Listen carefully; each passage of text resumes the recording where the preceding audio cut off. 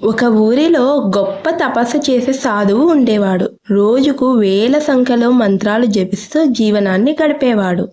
అతనికి తన తపస్సుపై చాలా గర్వం ఉండేది. అదే ఊరిలో ఒక గోపాలుడు ఉండేవాడు. అతనికి పెద్దగా మంత్రాలు జపించడానికి అవకాశం లేకపోయినా భక్తిపూర్వకంగా హరిహరి హరిహరి అంటూ పలుకుతూ ఉండేవాడు. ఒకరోజు సాధువుకి ఈ విషయం తెలిసింది. ఈ విషయాన్ని తెలుసుకోవాలనే ఉద్దేశంతో తపస్సులో ఉన్నప్పుడు విష్ణువుని కోరాడు. ఆ సమయాన భగవంతుడు ప్రత్యక్షమై, నువ్వు జపించే మంత్రాల సంఖ్య కంటే మనసు ఎంత పవిత్రంగా ఉంది అనేదే ముఖ్యమని చెప్పాడు. గోపాలుడు తక్కువ మంత్రాన్ని పలుకుతున్నా అతని భక్తి హృదయపూర్వకమైనది కాబట్టి అతని భక్తికి నేను సమానంగా భావిస్తున్నానని విష్ణువు అనుగ్రహించాడు. సాధువు తన పొగరను వీడి నిజమైన భక్తి సంఖ్యలో కాదు, మనసు ఎంత భక్తితో నిండిపోయి ఉంటుందో అనేది ముఖ్యమని అర్థం చేసుకొని మారిపోయాడు.